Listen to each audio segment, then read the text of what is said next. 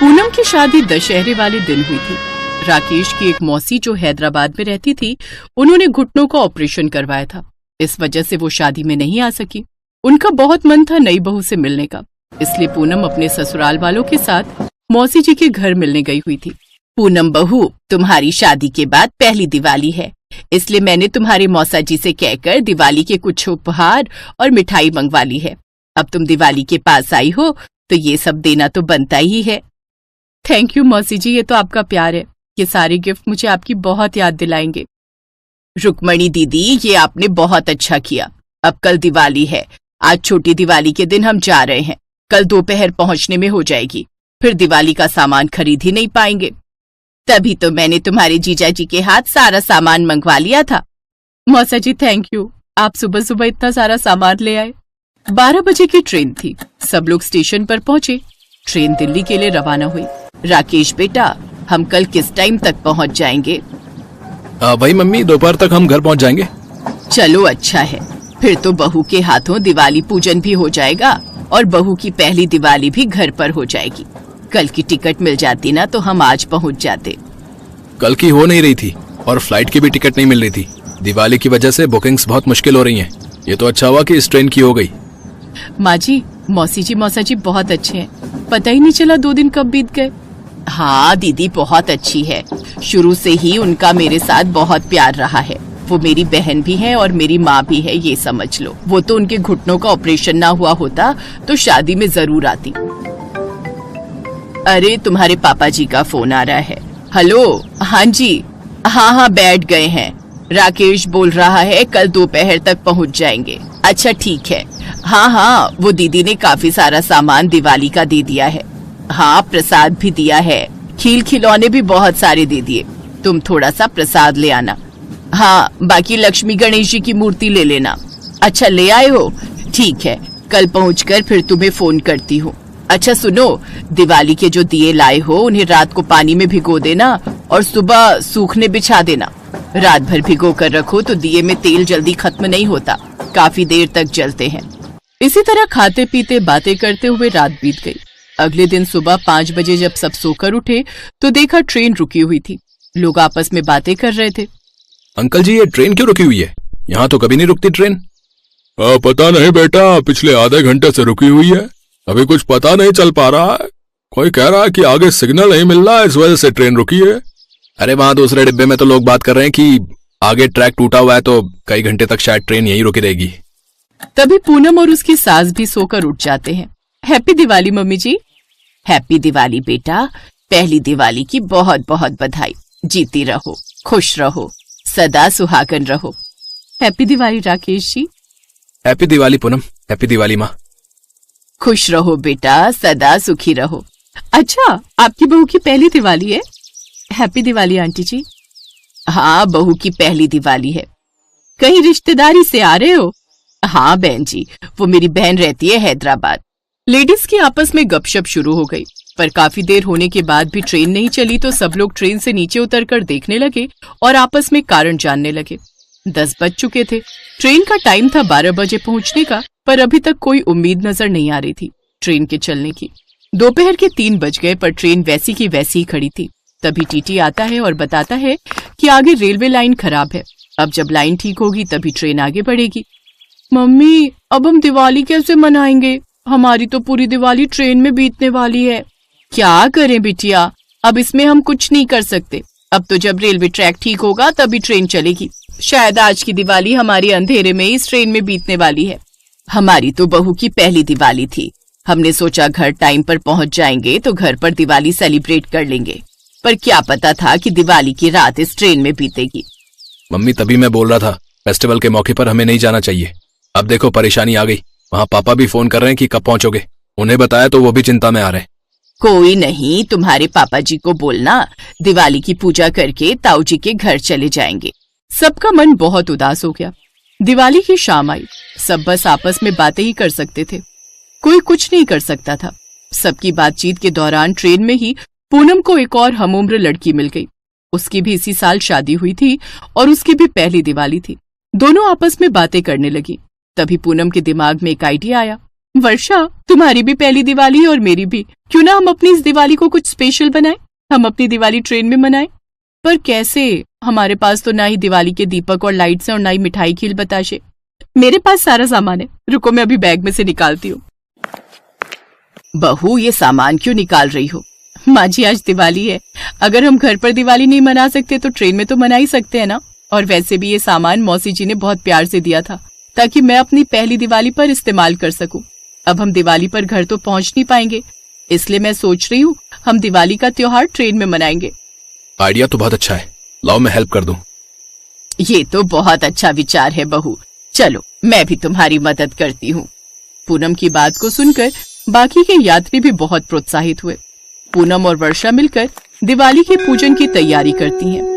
पूजा में प्रसाद रखती हैं, मिठाइयाँ रखती हैं और दीपक जलाकर सब लोग माता लक्ष्मी और भगवान गणेश का पूजन आरती करते हैं। पूरी ट्रेन में दिवाली की रौनक साफ साफ दिखाई दे रही थी।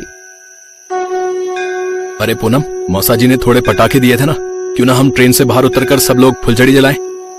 हाँ, मेरा भी बहुत मन है फुलझड़ी जलाने का। भैया, मेरे पास दिवाली की ना थोड़ी आतिशबाजी है, हम सब मिलकर ना दिवाली की आतिशबाजी छोड़ते हैं। चलो सब लोग ट्रेन से बाहर चलते हैं। सब लोग ट्रेन से उतरकर आतिशबाजी छोड़ने लगते हैं। फुलझड़ी, अनार वगैरह जो भी थोड़ा बहुत सामान जिसके पास था, सबने खूब मजे किए।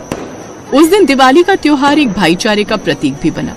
दिवाली के त्योहार को सब एक साथ भाईचारे के साथ मना रहे थे।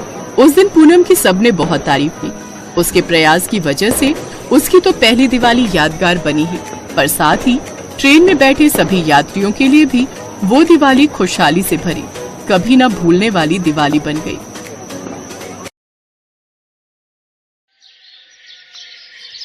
सूरज और चंदन दोनों काफी अच्छे दोस्त थे। दोनों दिन भर अपने अपने खेत पर काम करते और शाम को घर लौटते। एक दिन, ये लो भैया, अब ठीक है, ये लो, तुम भी लो। चंदन, मुझे एक बात समझ में नहीं आती, जब भी तुझे फसल के पैसे मिलते हैं तो कुछ पैसे ये मंदिर के बाहर बैठे भिखारियों में क्यों बांटने आ जाता है रे? अरे इन लोगों की तो आदत है मांगने की, मैं तो 1 रुपया इन्हें ना दूं। सूरज, मुझे पता है मैं खुद इतना अमीर नहीं कि इन लोगों के लिए ज्यादा कुछ कर सकूं, पर 20-30 रुपए भी यदि मैं इन्हें अपनी कमाई में से दे देता हूं तो मुझे बहुत सुकून मिलता है रे। और शास्त्रों में भी कहा गया है कि अपनी कमाई का कुछ हिस्सा दान करने से घर में बरकत रहती है। जिस दिन कभी भगवान ने चाहा कि मेरी कमाई ज्यादा होगी तो मैं ज्यादा दान करूंगा। तू नहीं मानेगा, चल अब घर चलें, बहुत देर हो गई है और जोरों की भूख भी लगाई है। सूरज और चंदन दोनों अपने अपने घर चले जाते हैं। चंदन अपनी पत्नी रमा से कहता है, रमा, बस मेरा मन है इस बार दिवाली से पहले फसल की अच्छी बिक्री हो जाए तो त्योहार पर कुछ पैसे तो आ ही जाएंगे। आप चिंता मत करो, आप इतनी मेहनत करते हो तो उसका फल आपको जरूर मिलेगा। बापू, मुझे इस बार दिवाली पर बड़ी वाली फुलझड़ी दिलाओगे ना? बापू, मुझे भी बहुत सारे पटाखे लेने हैं। मेरे दोस्त संजू ने भी बहुत सारे पटाखे खरीदे हैं, रॉकेट, फिरकी, फुलझड़ी, बम, सब कुछ। हाँ हाँ मेरे बच्चों, मैं तुम्हें सब कुछ खरीद दूंगा, नए कपड़े, मिठाई, बम, पटाखे, सब कुछ। इस तरह चंदन अपने बच्चों के साथ हंसी खुशी बातें कर रहा था। एक दिन, क्या हुआ चंदन, तू इतना मुंह लटका क्यों आ रहा है? पता नहीं सूरज, इस बार जो फसल उगाई थी उसके दाम बहुत गिर गए हैं रे। कैसे होगा सब कुछ इस बार? अगर सारी फसल बर्बाद हो जाएगी तो? मैं तुझसे कह रहा था कि तू वो फसल मत उगा, वो नहीं बिकेगी, पर तूने मेरी नहीं मानी। अब देख मेरी कितनी अच्छी बिक्री होगी। 4 दिन बाद दिवाली है, मेरी तो दिवाली आराम से बीतेगी। बेटा, मेरे घर में खाने को कुछ भी नहीं है। मेरा बेटा बीमार है, कुछ मदद कर दो ताकि अपने बेटे के लिए कुछ खाने का खरीद कर ले जा सकूं। अरे हट बुढ़िया सामने से, पता नहीं त्योहार आते नहीं ये लोग मांगना शुरू कर देते हैं। मैं तो 1 रुपया तुम भिखारियों को ना दूं। कोई बात नहीं बेटा, रहने दो, मैं कहीं और से मदद मांग लूंगी। अम्मा, मेरे पास ये 50 रुपए हैं, शायद इनसे तुम्हारी कुछ मदद हो जाए, ये रख लो। जीते रहो बेटा, माँ लक्ष्मी की कृपा तुम पर सदैव बनी रहे। तुम्हारा बहुत बहुत शुक्रिया बेटा। अब मैं इन रुपयों से अपने बच्चे को भोजन खरीद कर खिला सकती हूँ। बेटा, तुमने दिवाली के दिनों में मेरी सहायता की है, इसलिए मैं भी बदले में तुम्हें कुछ देना चाहती हूँ। ये कुछ गेहूं के दाने अपने खेतों में माँ लक्ष्मी का नाम लेकर फैला देना। माँ लक्ष्मी का आशीर्वाद तुम पर बना रहेगा बेटा। अरे ओ, तुझे इतना दानवीर कर्ण बनने का शौक क्यों है रे? है तेरी फसल नहीं बिकी, आगे 4 दिन बाद दिवाली है, तेरे खुद के पास खाने को पैसे नहीं है और तू भिखारियों को रुपए बांट रहा है। ज्यादा फालतू उड़ाने का शौक है तुझे, और बदले में मिला क्या? 4 गेहूं के दाने। सूरज, मेरी जेब में रुपए ना होते तो शायद मैं भी नहीं दे पाता, पर इस वक्त एक बूढ़ी अम्मा को पैसों की जरूरत थी और मेरी जेब में 50 रुपए रखे थे, इसलिए मैंने दे दिए। चंदन वो गेहूं के दाने अपनी जेब में रख लेता है और दोनों घर वापस आ जाते हैं। उधर वो बुढ़िया अपने असली रूप में आ जाती है। देवी लक्ष्मी, दिवाली के समीप आने पर पृथ्वी लोक में आपके स्वागत की तैयारियां शुरू हो गई हैं। स्वामी, दिवाली पूजन के दिनों में मेरे सच्चे भक्त अनन्य बार मेरा नाम पुकारते हैं और गरीब बेसहारा लोगों के बारे में जिनके भी मन में दयालुता होती है, उन भक्तों के भंडार भरना मेरा कर्तव्य बन जाता है। दिवाली उत्सव के दिनों में भक्त अपनी भक्ति का प्रमाण देते हैं और मैं अपने भगवान होने का, इसलिए भक्तों की परीक्षा लेना भी मेरा कर्तव्य बन जाता है।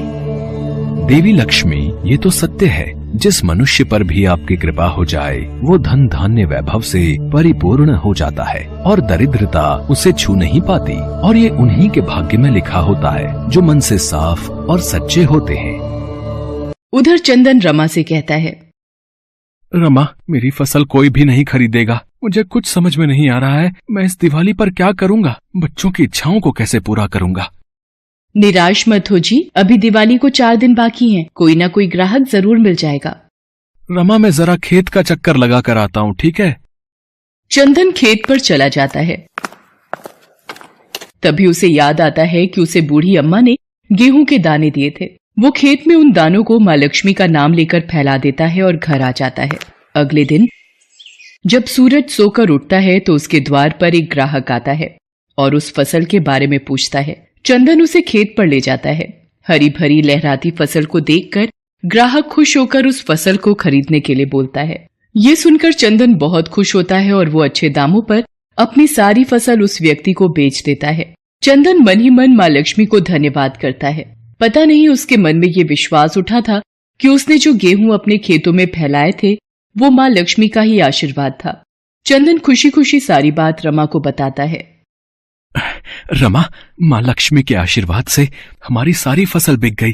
माँ लक्ष्मी, आपकी जय हो। मैं सूरज को ये बात बताकर आता हूँ, वो जब ये खबर सुनेगा तो बहुत खुश होगा। चंदन सूरज को ये खुशखबरी सुनाने जाता है।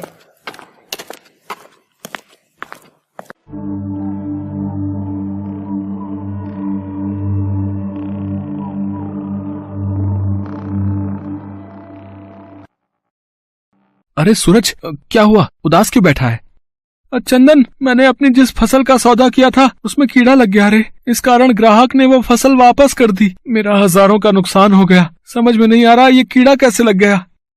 कोई बात नहीं सूरज, तू इतनी चिंता मत कर, मैं तेरे साथ हूँ। तुझे कोई भी परेशानी हो या रुपयों की जरूरत हो तो मुझे बता देना, और दिवाली का त्योहार हम दोनों परिवार एक साथ मनाएंगे। तू परेशान मत हो। चंदन सूरज को बताता है कि उसकी सारी फसल अच्छे दामों में बिक गई है। ये सुनकर सूरज हैरान रह जाता है। उसे शायद अपनी भूल का एहसास होता है और वो चंदन से कहता है, मैंने हमेशा रुपयों को बचाकर रखने का सोचा रे, कभी भी किसी को दान पुण्य नहीं किया, और तुमने हमेशा खुद गरीब होते हुए भी मजबूर लोगों की मदद की। तुम सच में दयालु हो चंदन। हर व्यक्ति को तुमसे सीख लेनी चाहिए। अब से मैं भी दूसरों की मदद करूंगा। मुझे एहसास हो गया है, जो दूसरों की सहायता करते हैं भगवान उनकी सहायता करने स्वयं धरती पर आते हैं। उस दिन के बाद सूरज भी मजबूर और बेसहारा लोगों की मदद करने लगा। वो भी चंदन के साथ जितना हो सके उतना दान किया करता था। सही कहा है, दान भले ही 1 रुपए का क्यों ना हो, वो दान कहलाता है। इसलिए कभी भी ये ना सोचें कि आपने बहुत बड़ा दान करना है। जितना आपके बस में है उतना जरूर कीजिए। किसी को 1 प्याला चाय का भी यदि आप पिलाते हैं तो वो कहीं न कहीं आपके अच्छे कर्मों में जुड़ जाता है। और फिर चंदन और सूरज एक साथ मिलकर दिवाली मनाते हैं। माँ लक्ष्मी और भगवान गणेश की पूजा करते हैं और बच्चे मिलकर ढेर सारे पटाखे और फुलझड़ियां चलाते हैं और एक दूसरे के गले मिलकर मिठाई खिलाते हैं। उस दिन से माँ लक्ष्मी की कृपा से दोनों परिवार खुशी खुशी अपना जीवन व्यतीत करते हैं और एक गरीब की दिवाली खुशियों में बदल जाती है। Thanks for watching.